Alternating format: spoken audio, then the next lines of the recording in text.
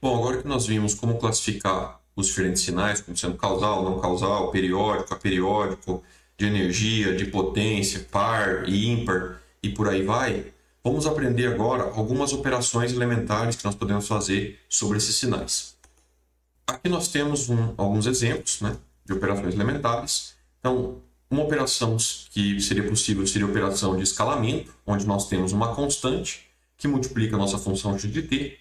Outra operação elementar seria a adição. Então, nós temos um dado sinal x1 que é somado com um dado sinal x2. Multiplicação, diferenciação e integração. O que é importante ter em mente aqui? É que essas operações que estão listadas, elas ocorrem ponto a ponto no sinal. Por exemplo, se eu tenho um dado sinal e esse sinal tem uma característica assim, então, formato de um degrau, e esse sinal x de t tem amplitude 1, quando eu multiplico por uma constante, é como se eu estivesse multiplicando cada ponto desses por essa constante. Então, vamos supor que a constante é 2, o sinal teria amplitude 2. No caso de uma soma, então vamos pensar que esse aqui é o meu sinal x1. E eu tenho um dado sinal x2. E esse sinal x2 ele tem um comportamento assim. Ele vale menos 1 para todo t. Esse é o meu sinal x2 de t. Como que eu faço essa soma, então? A soma de x1 com x2 seria o meu y de t. E eu vou somando ponto a ponto. Então, aqui o sinal vale 0. 0 menos 1, menos 1. 0 menos 1, menos 1. 0 menos 1. E assim vai indo. Então, ele vai ser menos 1 até chegar aqui no 0. Depois, quando eu somar 1 com menos 1, a função vai resultar em 0. Então, esse seria o comportamento do meu sinal no tempo. E o mesmo vale para as outras operações. Agora vamos observar algumas operações que são feitas sobre a variável independente, sobre o meu t. Então, nós temos a primeira operação, que é a operação de deslocamento no tempo. Eu tenho um dado x de t, e para deslocar ele no tempo, eu faço, então, t menos t0. Se o meu t0 é positivo, quer dizer que eu estou provocando um atraso no meu sinal. Então, pensem que o meu sinal x de t é esse. Se eu quero provocar um atraso no meu sinal, o que aconteceria aqui vai passar a acontecer em um dado ponto t0 aqui. Então, o sinal ele teria esse comportamento. X de t menos t0. Veja que o que antes acontecia na origem, agora acontece aqui em t0.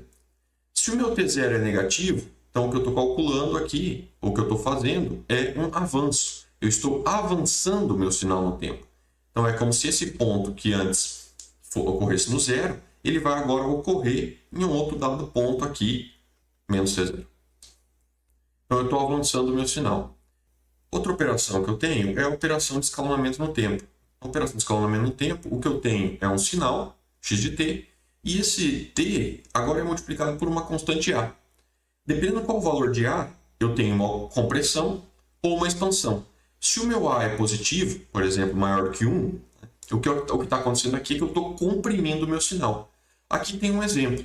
Esse é meu x de t, esse aqui é o x de 2t. Observe que antes o comprimento do meu sinal era esse aqui, e agora que eu fiz a compressão, o que acontece no sinal está nesse intervalo aqui, ou seja, eu comprimi o meu sinal. O meu tempo passa mais rápido. Quando eu faço uma expansão, ou seja, quando eu considero que o meu A está no intervalo de 0 a 1, o que está acontecendo é que eu estou expandindo esse sinal no tempo. E aí, o que acontecia nesse intervalo passa agora a acontecer nesse intervalo que é muito maior.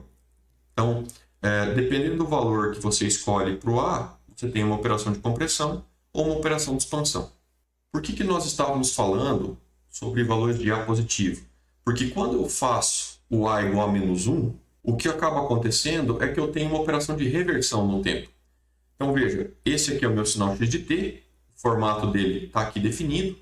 Quando eu faço uma operação de reversão no tempo, o que nós temos é o que aconteceria no eixo positivo passa para o eixo negativo, e o que aconteceria no eixo negativo passa para o eixo positivo, conforme ilustrado aqui. Veja que o que estava acontecendo no eixo positivo aqui passa a acontecer agora no eixo negativo, e o que estava acontecendo no eixo negativo passa a acontecer no eixo positivo. Simplesmente girei o meu eixo x. E aí nós temos as operações combinadas. As operações combinadas são o seguinte: nós temos tanto uma compressão ou expansão, quanto um deslocamento acontecendo no mesmo sinal. Então, nós temos aqui o x de t, que está sofrendo uma operação do tipo x de at menos b. Nesse caso, nas operações combinadas, o que eu sugiro? Faça sempre o deslocamento primeiro e depois trate do escalonamento. Se você tentar fazer as duas operações juntas, possivelmente tu vai criar algum problema ali na resolução. Se você inverter a ordem, tem que sempre lembrar de que o deslocamento ele tem que ser proporcional à taxa de compressão. Você tem que dividir pela taxa de compressão. Então, por conta disso, essa ordem de primeiro desloca e depois escalona, ela é mais interessante. Então, vamos pegar um exemplo aqui para ilustrar. Nós temos o nosso x de t, ele é definido desse jeito. Se eu faço x de t menos b, o que eu estou fazendo? Eu estou atrasando esse sinal por um certo tanto, b. Considerei aqui que o b vale 1. Então, x de t menos 1, o que acontecia em menos 1 agora acontece 0, ou seja, eu simplesmente desloquei o sinal, trazei o sinal de uma unidade. No segundo momento, o que nós estamos fazendo? O escalonamento sobre aquele sinal já deslocado. Nesse caso, eu estou assumindo que o meu A é 2, ou seja, eu estou fazendo uma compressão por um fator de 2. Então, o que aconteceria aqui em 3 vai agora passar a acontecer em 3 sobre 2. Então, eu comprimi o meu sinal, é como se eu tivesse dividido o eixo do tempo por um fator de 2. Então, o que aconteceria antes de 0 a 3, acontece agora de 0 a 3 sobre 2. Então, basicamente é isso que tem que acontecer. Caso você tenha alguma dúvida nisso, na hora de resolver, o que eu sugiro? Vai substituindo valores. Determina lá o x de menos 1, x de menos 2, vai substituindo valores e aí você vai conseguindo enxergar o que tem que acontecer ali.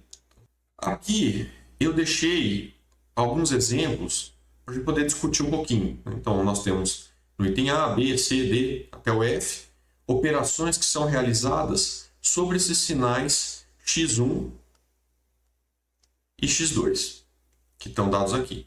Então, no item A, o que eu peço? x1 mais x2. Como que a gente vai calcular x1 mais x2? Bom, eu comentei com vocês que essa soma ela ocorre ponto a ponto. Então, YA de t seria a soma ponto a ponto de x1 de t com x2 de t. Então, eu venho somando desde o menos infinito até o menos 1 no meu x2 de t. Então, se eu vier somando os dois sinais, o que eu tenho aqui? Eu tenho aqui um sinal com amplitude 2 e aqui eu tenho amplitude 0 até esse ponto. Logo, a soma disso vai produzir como resultado amplitude 2 até o menos 1. Depois, do menos 1 até o 1, a hora que eu somar os dois sinais, o que eu tenho? Eu tenho esse comportamento crescente aqui no meu x2 e eu tenho esse comportamento constante no meu x1. Logo, a soma disso vai ser um triângulo que começa aqui em amplitude 2, se estende até a amplitude 3 e depois retorna para 2. E aí, se eu continuo somando, ou seja, se eu somo essa parte agora aqui com essa parte aqui, o que eu tenho como resultado é 2 de novo. Então, está lá, 2 de novo. Então, vai de menos 1 a 1. Então, esse aqui seria o formato do meu sinal do item A. No caso do item B, o que nós temos? Um produto entre esses dois sinais. Observem o seguinte, que o produto, de novo, ele é realizado ponto a ponto. Se eu pego essa parte aqui, ó, do menos infinito, do x2, até o menos 1, toda essa parte, e multiplico por essa parte aqui, que vai do menos infinito até o menos 1, 0 vezes qualquer coisa é 0. Logo, o resultado disso seria 0. Então, do menos infinito até o menos 1 é 0. Depois, eu vou multiplicar essa parte que vai do menos 1 até o 1 por essa constante 2, que é nesse intervalo. Então, 2 vezes cada ponto daquele triângulo. Então, o triângulo aqui é de 0 a 1, agora ele vai de 0 a 2, de 0 a 2, e depois retorna para 0. Essa parte aqui é 0 vezes qualquer coisa é 0, então tenho 0 aqui também. Esse seria o meu YB de t. Está lá determinado também. No item C, ele pede para derivar x2 de t. Nós vimos isso na resolução de exercício de background, na aula passada, sobre a diferenciação do ponto de vista gráfico, né? Tudo bem, posso levantar uma equação matemática para fazer isso? Sim, tudo isso é possível, né? Mas vamos pensar do ponto de vista gráfico, que eu acho que vai ser mais interessante nesse primeiro momento. Então vamos lá. Eu venho derivando o meu sinal x2 lá de menos infinito até menos 1. Então, nesse intervalo aqui, a derivada do meu sinal ela é zero. Por quê? O sinal vale zero, derivada de zero é zero, logo o que eu teria aqui seria zero. Depois eu tenho esse triângulo ali, né? E aí, para calcular a derivada, o que a gente estava usando nesse background? Delta y sobre delta x. Então, qual que é a variação que eu tenho em y e qual que é a variação que eu tenho em x? Em y eu tenho a variação de 1, 1 menos 0. E em x eu tenho 1 menos 1 menos 1. Então, vai dar 1 sobre 2 aqui como resultado. Logo, nesse intervalo, a minha taxa de variação aqui ela vai ser 1 sobre 2. Então, tá lá. Vou só colocar aqui 1 sobre 2. É a amplitude dessa região constante. Depois, o que eu tenho? Eu tenho que o meu sinal ele salta do 1 para o 0 de forma abrupta. Para modelar essas transições abruptas, nós usamos a função impulso. Então, eu coloco o impulso aqui de amplitude negativa, afinal de contas, a taxa de variação é negativa, e essa amplitude é igual à amplitude desse salto, que nesse caso seria menos 1. E depois eu sigo derivando. Derivar de zero é zero de novo, então tudo que tem para cá é zero. Está aí o nosso item C. No item D, nós temos um deslocamento no tempo. X de t menos 1 seria um atraso. Então, o que eu estou fazendo? Eu estou atrasando o meu sinal. Meu sinal vai demorar mais tempo para chegar no t igual a zero. Logo, o que eu faço aqui? O meu sinal ele vai começar agora no zero, vai se estender até o 2 e vai ser zero fora disso. Esse seria o exemplo, ou seja, eu atrasei o sinal. Ah, Eduardo, não vi muito bem o que aconteceu, como que isso se dá. Sem problema. Vamos pensar em como que a gente poderia obter isso substituindo valores. Então, nós teríamos, então, o y de 0 seria quem? Seria x2 de 0 menos 1, ou x2 de menos 1. Quem é o x2 de menos 1? x2 de menos 1, se eu for no x2 e olhar no ponto menos 1, o meu sinal vale zero. Então, quer dizer que o meu yd de 0 vai ser igual a zero. Então, nesse ponto aqui, eu tenho zero. Está lá, certinho, mapeado. Vamos pensar agora num intervalo aqui no meio. y1 d de 1 seria o x2 de 1 menos 1, x2 de 0, só substituindo aqui, né?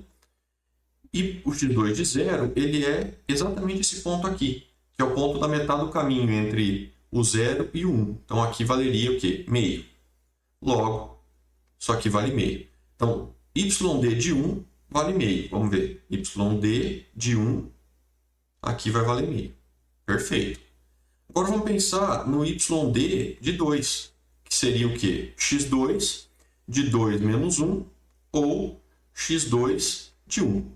O x2 de 1, se eu vier no x2 e olhar no instante de tempo 1, o sinal tem amplitude 1. Logo, que teria amplitude 1, aqui também vai até 1. Então, está lá o formato certinho do triângulo, pensando nesse deslocamento de uma amostra. Uma unidade, desculpa. No item E, o que nós temos aqui? Nós temos uma operação de compressão.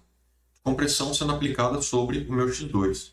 Então, o que vai acontecer aqui? Vai acontecer que a duração do meu sinal y e de t ele vai ser menor do que a duração do meu x2 de t. E eu comentei com vocês que essa operação de compressão equivale, por exemplo, a dividir a escala do eixo do tempo pelo fator que está sendo feita a compressão ou a expansão. Então, o que acontece aqui? Nós teríamos uma figura com o mesmo formato, também vai ser um triângulo, desse mesmo formato do x2. Ela é zero para a direita e para a esquerda. Só que o ponto aqui onde começa e termina o triângulo seria menos 1 sobre 2. afinal de contas estão fazendo uma compressão por um fator de 2, e 1 sobre 2 na outra extremidade. De novo, aqui é um exemplo onde basta a gente ir substituindo valores para o t, e isso tudo vai ficar evidente. No item F, nós teríamos uma operação combinada, compressão e deslocamento na mesma operação. E aí, nesse caso, eu comentei com vocês que é mais interessante fazer primeiro o deslocamento e depois fazer a operação de compressão. Então, vamos lá. Primeiro, deslocamento. Nós já calculamos isso no item D, né? Mas o deslocamento é para um fator de 1 do meu x2. Se eu quero deslocar para um fator de 1, é um atraso todo aquele triângulo ali para um fator de 1. Vai agora de 0 a 2. Esse seria o meu x2 de t menos 1. Está lá deslocado. Perfeito. A amplitude é a mesma, tudo tal, né?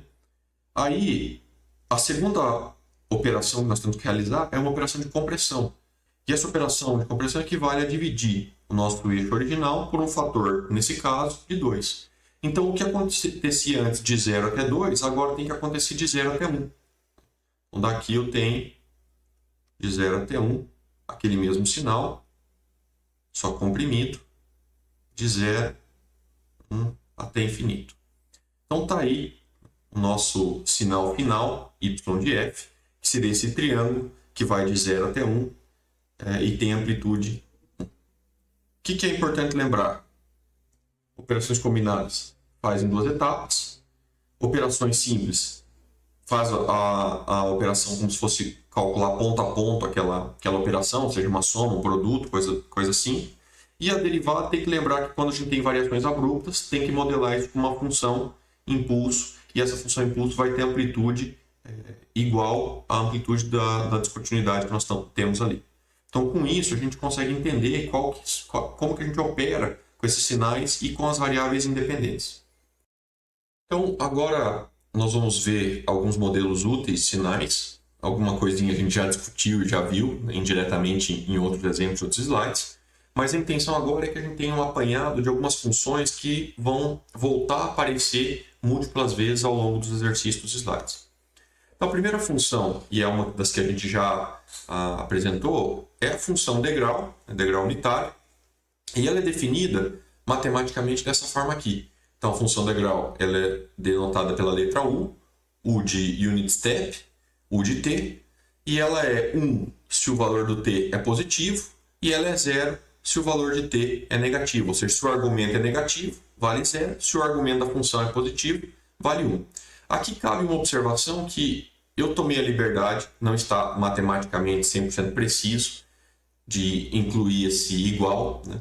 Mas facilita um pouco a manipulação algébrica e não cria tanta confusão. Eu acho que para o nosso contexto da disciplina não vai causar qualquer problema, tá? Incluir o 0 aqui. E aí isso encaixa perfeitamente com a definição que nós usamos no caso do tempo discreto. Então aqui fica um disclaimer de que tem uma diferença em relação à definição exata que é feita no livro. Mas para o nosso caso, isso não vai fazer diferença alguma. Tá? Então a função degrau ela tem esse formato, ela é 0 para t negativo, para t positivo ela assume o valor de 1 e fica sendo 1. Essa função ela é útil para modelar variações abruptas, ela é útil para modelar também funções que contêm pulsos, por exemplo, um trem de pulsos, no caso de um sinal binário. Então, hora é 0, hora é 1. Então, um sinal pulsado, dá para usar a função degrau para fazer esse modelo. E também é útil quando a gente precisa modelar funções que são limitadas no tempo, porque eu posso usar essas funções degrau para delimitar qual é a faixa ou qual é o intervalo em que aquela função tem aquele dado comportamento. Nós vamos ver isso no próximo slide com um exemplozinho. Então, nós temos aqui a definição da função degrau, e aqui nós temos uma função que é um pulso. Então, veja, o sinal ele é 0 até o ponto 1 aqui, né, até o instante 1, depois passa para o valor A1 até o instante 2, volta para 0 e assim por diante. Por exemplo, poderia ser um 0, um bit 1, bit 0 e assim por diante. Como que eu uso a função degrau para fazer esse modelo matemático? Então, a gente poderia fazer assim, ó. Vamos pensar aqui, né? Se eu quero criar uma função degrau que começa aqui no instante 1 e se estende até infinito, e é 0 para t é menor do que 1, como que eu faria isso? O U de t menos 1. Afinal de contas, se eu desloco de 1, ou seja, se eu atraso de uma unidade, o que eu tenho é exatamente esse comportamento em azul que eu desenhei aqui. Então, eu peguei a minha função degrau tal como ela é definida, desloquei ela de 1, ou seja, atrasei ela de 1, e eu tenho esse comportamento aqui embaixo. Aí eu poderia vir aqui e criar uma segunda função, e essa função ela começa aqui em 2, tem amplitude negativa e se estende também até infinito. E para cá ela é zero. Basta então eu determinar aqui o de t menos 2 e colocar um menos na frente. O menos na frente vai fazer com que a função, ao invés de ser 1 positivo, ela é 1 negativo. E o t menos 2 faz com que aquela função degrau que começaria na origem seja deslocada agora para começar ali em t2. Logo, se eu somo essas duas funções, essa soma de 0 com 0 aqui produz 0, ok? É o que eu quero. Se eu somo essa função aqui com essa, sobra o azul aqui, né? Sobra 1. E se eu somo essa parte aqui, ó, toda, com essa aqui, como resultado dessa soma, o que eu tenho é 0. E é realmente o que eu quero. Logo, usando essas duas funções, a função u de t menos 1 menos u de t menos 2, eu consigo delimitar um pulso que tem amplitude 1 dentro do intervalo de 1 a 2.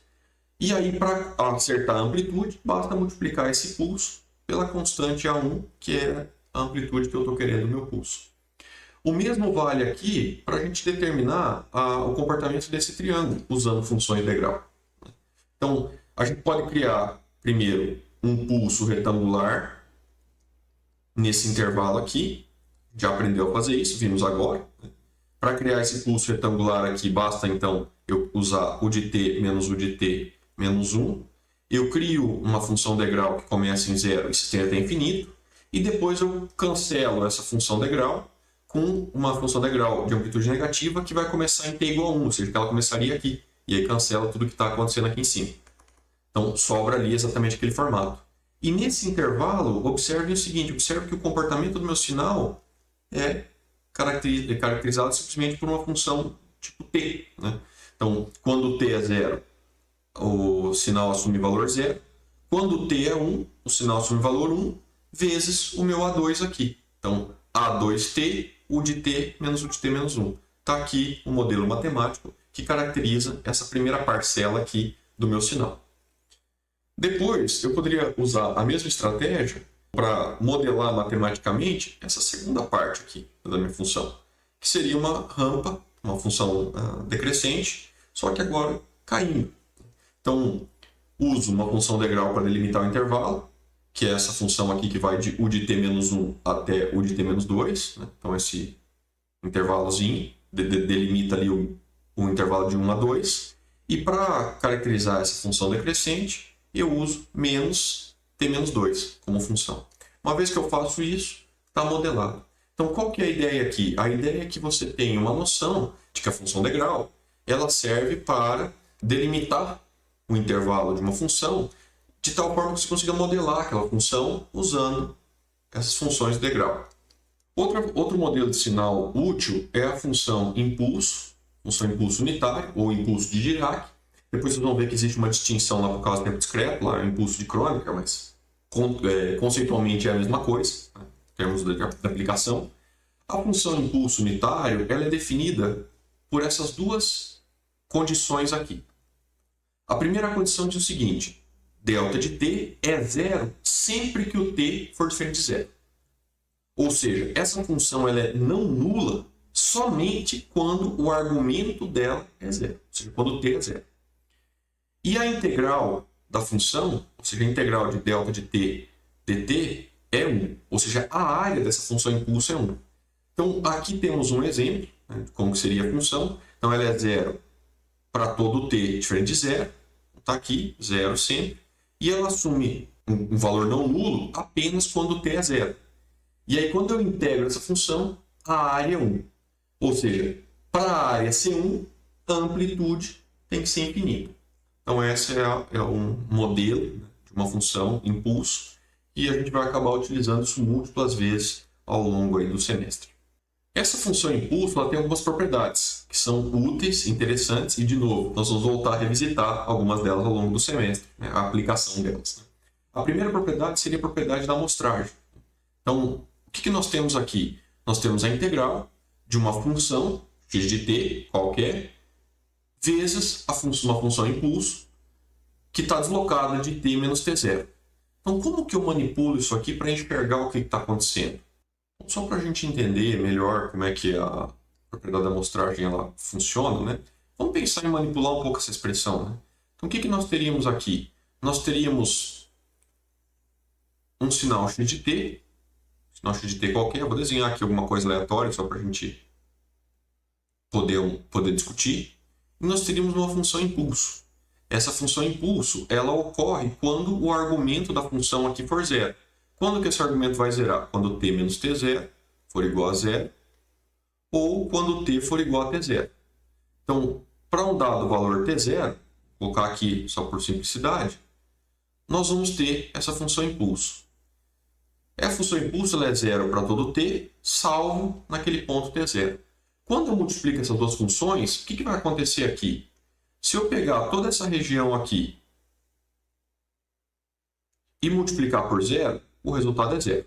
Se eu pego toda essa região aqui e multiplico por zero, o resultado é zero. Logo, o único ponto que vai ser não nulo nesse produto x de t impulso vai ser esse ponto exatamente aqui do x de t, ou seja, o ponto que exatamente ocorre o meu impulso. Logo, o resultado desse produto x de t em função impulso seria, portanto, um ponto aqui cuja amplitude é o meu x de t0, a amplitude do sinal naquele ponto. Então, esse seria o resultado desse produto. Vamos ver como é que a gente poderia entender isso matematicamente agora. Então, o que nós temos aqui é a integral de menos infinito mais infinito de x de t, delta de t menos t0, dt. Estamos integrando em t. Nós poderíamos chamar isso aqui de t', por exemplo. Então, t' é t menos t0. Logo, dt' vai ser 1, ou seja, dt' é igual a dt. Por outro lado, quando o t for mais ou menos infinito, o meu t' vai ser também mais ou menos infinito. Não faz nenhuma diferença somar ou subtrair t0 ali do infinito. Logo, eu poderia fazer uma troca de variáveis ali em cima e isso produziria o quê? Então, produziria a integral de menos infinito mais infinito de x de t' mais t0, delta de t' dt'. Perfeito. A função impulso, a gente sabe que ela é diferente de zero para t' igual a zero. Logo, essa função que eu estou avaliando, essa função x de t' mais t0, nós estamos interessados somente em um ponto dela, quando o meu t' for igual a zero.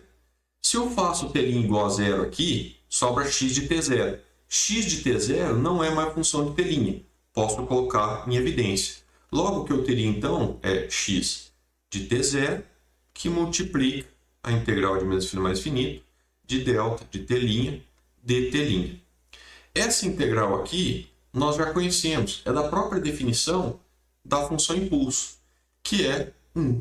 Logo, o que nós temos aqui então é x de t0.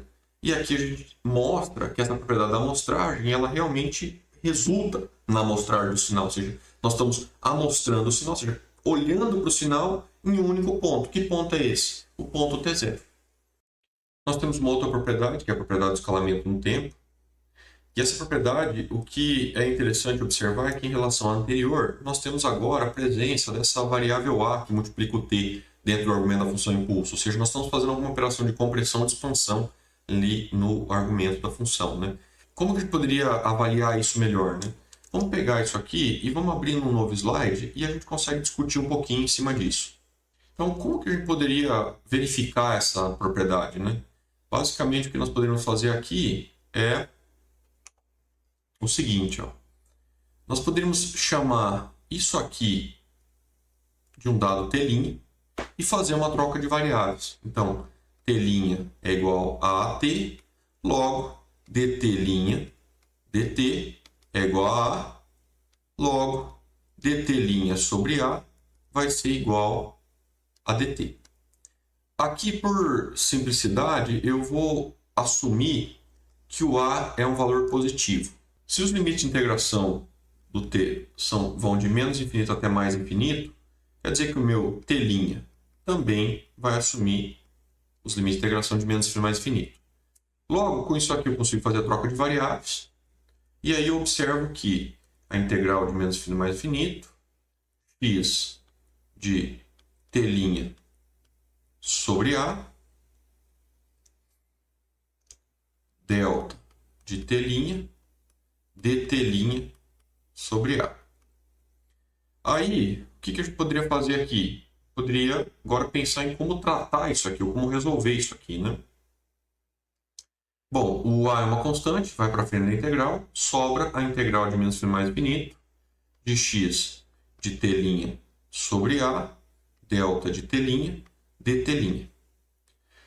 Essa função impulso ela é diferente de zero para t' igual a zero. É a única condição que ela vai ser não nula. Logo, basta eu avaliar essa função x de t' igual a A para t' igual a zero. Ou seja, aqui vai assumir o valor zero. Logo, isso aqui vai ser zero sobre A, é o próprio zero.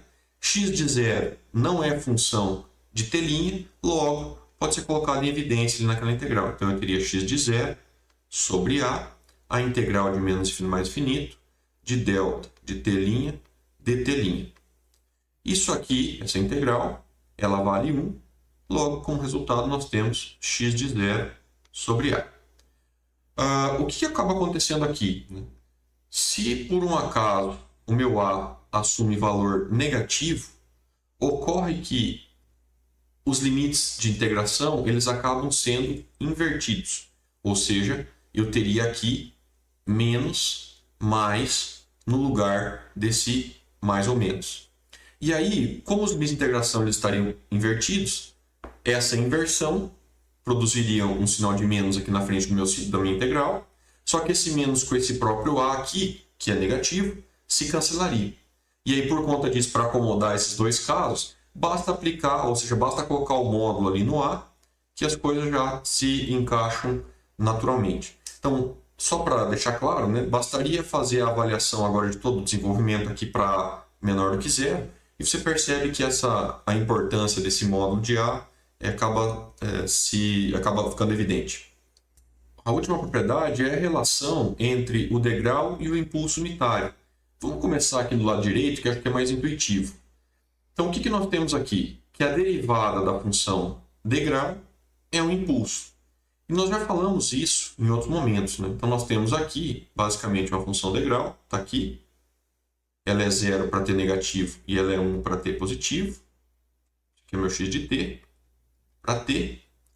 E se eu vou derivando aqui de menos infinito até zero, a derivada de zero é zero, logo não tem nada. Aqui em zero eu tenho uma variação abrupta que vai de 0 para 1. Nós modelamos isso como um impulso, já falamos sobre isso. E a amplitude do impulso é a amplitude dessa variação, então seria a amplitude 1 aqui. E depois eu derivo essa parte onde é 1, a derivada de uma constante também é zero. Vem aqui e zero. Ou seja, visualmente, graficamente, a gente consegue já interpretar ou entender isso aí. Entender que a derivada do degrau é o impulso. Se a derivada do degrau é um impulso, naturalmente, a integral do impulso é um degrau, que as coisas têm que se amarrar. Como que a gente verifica isso, né? Então vamos pegar aqui e vamos abrir um novo slide e a gente consegue discutir esse ponto. Vamos pensar aqui, né? Vamos pensar assim, ó, o de t é definido de algumas formas. Vamos pensar que o t ele é menor do que zero ou que o t ele é maior ou igual a zero. Se eu calcular essa integral de menos infinito até zero menos, ou seja, até um valor antes do zero, quanto vale essa integral? Veja, o impulso ele ocorre para t igual a zero. Eu estou integrando a função de menos infinito até zero menos. Eu não cheguei no impulso. Logo, o resultado dessa integral não pode ser nada diferente de zero, certo? Então, vale zero nesse intervalo. Se eu uso zero mais, como limite de integração, então eu venho integrando de menos infinito até zero mais, eu já passei pela função impulso, que ela estava na origem. Ou seja, ela faz parte da integração. Se ela faz parte da integração, a gente sabe que a integral do impulso é 1, logo, aqui vai ser 1. Se eu for integrando isso aqui até infinito, de menos infinito até infinito, e eu integro essa função, vai ter um impulso lá dentro. Esse impulso ocorre na origem, e a integral desse impulso vale 1. Ou seja, as coisas também se amarram desse jeito, né, olhando para a questão da integração da função impulso. Aqui eu deixo para vocês essa demonstração da propriedade da amostragem, caso vocês queiram revisar, tá mais elegante, mais apresentável aqui do que as minhas deduções, né? Aqui eu deixo a propriedade do escalamento no tempo, pensando no caso do A positivo e do A negativo, caso vocês queiram dar uma olhada depois. E aqui eu traria um exemplo para que a gente pudesse discutir como então que a gente resolve essa integral, que está em tela, envolvendo as funções de impulso. E é nesse momento que muita gente já começa a ter um pouco de receio, acha que não aprendeu nada, não entendeu nada e assim por diante. O que eu quero só falar e deixar claro para vocês? Não se assustem antes de começar a olhar para as coisas. Não se assustem logo de cara. Muitas vezes o problema ele pode parecer complexo, mas na verdade não é. E com base no que vocês acabaram de ver, eu tenho plena convicção que vocês conseguem resolver isso aqui. Então, como que nós resolveríamos isso? Primeiro, a gente observa que ln e a exponencial são operações que uma é inversa da outra. Logo, elas se cancelam. Não tem por que eu levar isso aqui adiante. Nós temos também dois impulsos. E esses dois impulsos multiplicam essa função raiz do cosseno. Logo, dado que a integral é um operador linear sobre a soma, eu posso quebrar isso aqui como a integral do impulso de x raiz do cosseno.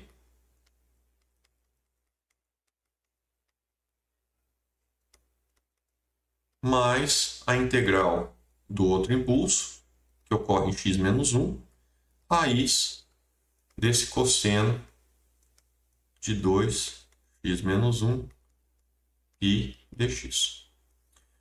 Agora a gente percebe o seguinte, que a função impulso ela é diferente de zero somente quando o x é zero. Logo, basta eu avaliar a função, ou seja, essa função raiz do cosseno de x, de 2x menos 1, para x igual a zero.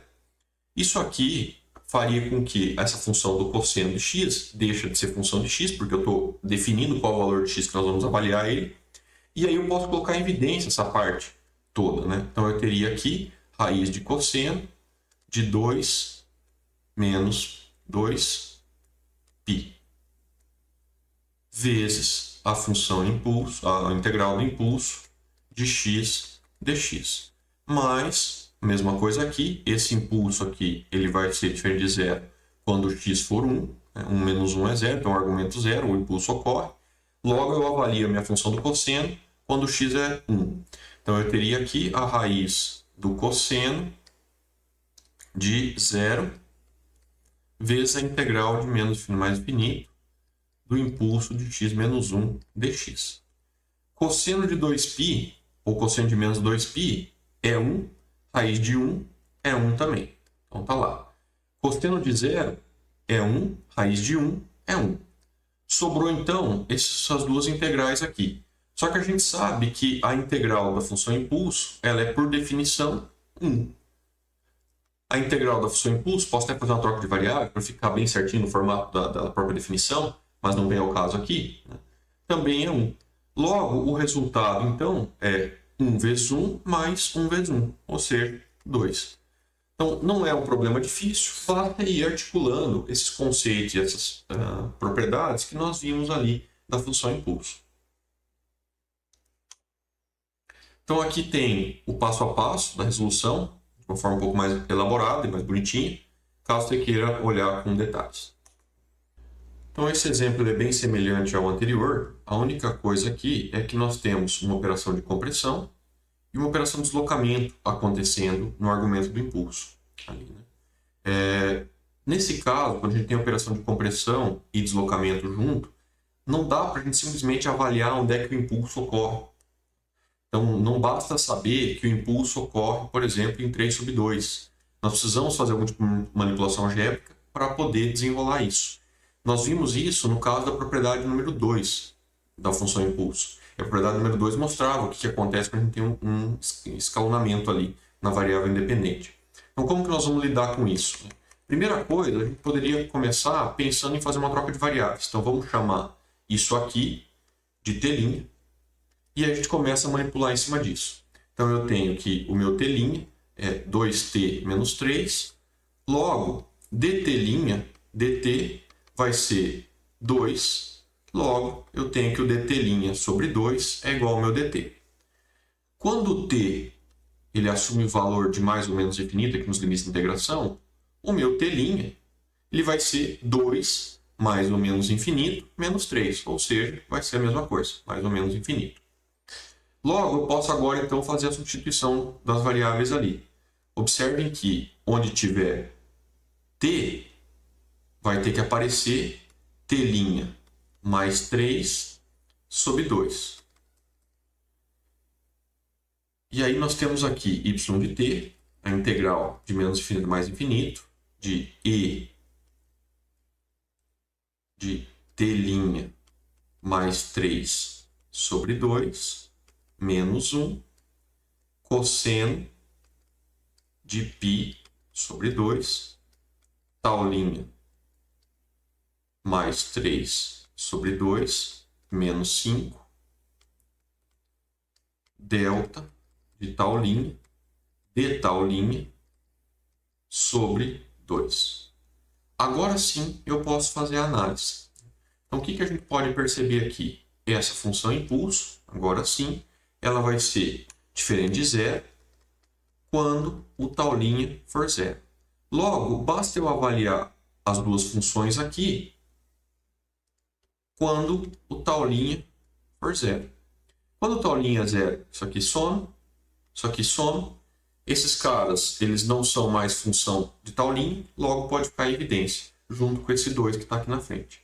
Então, nós temos aqui 1 sobre 2, exponencial de 3 sobre 2 menos 1, vezes cosseno de π sobre 2, que multiplica 3 sobre 2 menos 5, vezes a integral de menos infinito a mais infinito, de delta de τ' dt'. A gente sabe que essa integral da função impulso ela vale 1, também pela própria definição. Sobra aquilo ali para resolver. E aí poderíamos agora dar uma simplificada nesses termos, né? Então nós teríamos aqui alguma coisa como 1 sobre 2, a exponencial de 3 menos 2 sobre 2, cosseno de π sobre 2, 3 menos 10 sobre 2, que resultaria em alguma coisa do tipo 1 sobre 2, e na 1 sobre 2, vezes cosseno de menos 7π sobre 4. Então está lá, se nós não erramos nenhuma operação matemática, o princípio é esse o resultado. E aí o cosseno é uma função par, então não faz diferença o cosseno de menos 7π ou cosseno de mais 7π. Então está aí resolvido. O que é importante lembrar? Sempre que tiver uma operação de compressão dentro do argumento da função impulso, toma cuidado, faz troca de variáveis, segue todo o trâmite normal que a gente já vem discutindo, para que você não tenha surpresa no caminho. Aqui tem o passo a passo ali da resolução e espero ter contribuído nesse sentido. Quanto à exponencial complexa, é um outro sinal útil, nós vamos acabar utilizando ao longo do semestre, né? Então nós temos aqui um sinal x de t que é definido como e na st, onde o s é uma variável complexa, que é uma parte real e uma parte imaginária. Existem alguns casos particulares para essa função exponencial complexa. Por exemplo, se eu faço s igual a zero, ocorre que eu tenho e na 0t, ou seja, o que eu teria como resultado seria alguma coisa tipo k e na 0t, que seria igual a k, uma constante, né? Também poderia produzir uma exponencial monotônica, se eu fizesse o s igual a sigma, ou seja, se eu simplesmente zerasse essa parte imaginária. Então, o que eu teria aqui como resultado? Uma exponencial crescente ou decrescente, mas que ela vai ter um comportamento monotônico. não vai ter parte oscilatória. Eu poderia também produzir uma senoide, se eu fizer o quê? Se eu zerar a parte real do S, olhar o S só como mais ou menos J ômega. Com isso, o que eu produziria seria um comportamento oscilatório no semiplano complexo lá, real imaginário.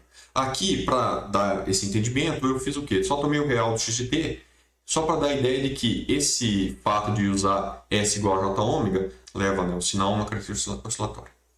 Nós temos também o fato de uma senoide aqui, que pode ser amortecida. Nesse caso, nós temos sigma mais ou menos J ômega. Como resultado disso, nós teríamos que o x de t seria E na sigma t, na parte real, né? Para facilitar o nosso entendimento, E na sigma t, cosseno de ômega t. Ou seja, teria uma parte oscilatória e também teria uma parte amortecida. Então, essa exponencial ela estaria decaindo, por exemplo, com o tempo, ou crescendo com o tempo. Depende ali qual que é o valor que está sendo colocado no sigma, né? Se o sigma é positivo ou negativo. Então, aqui nós temos um gráfico que ilustra mais ou menos o comportamento dessas diferentes exponenciais, né? Então, para o primeiro caso, o ômega é feito igual a zero. Então, se o ômega é igual a zero, a parte oscilatória some, sobra só sigma, que nesse caso é menor do que zero. Então, o sigma menor do que zero faz com que a exponencial tenha uma característica decrescente para t positivo e crescente para t negativo. Quando o sigma é positivo, inverte isso. Então, para t negativo, ela tem uma característica decrescente e para t positivo tem uma característica crescente. Quando eu tenho que o meu sigma menor do que zero e o meu ômega é diferente de zero, ocorre que eu tenho essa característica oscilatória, e essa característica oscilatória ela tem esse envelope fazendo com que essa oscilação ela seja cada vez menor, por exemplo. No caso de um valor de sigma positivo, essa exponencial vai crescendo.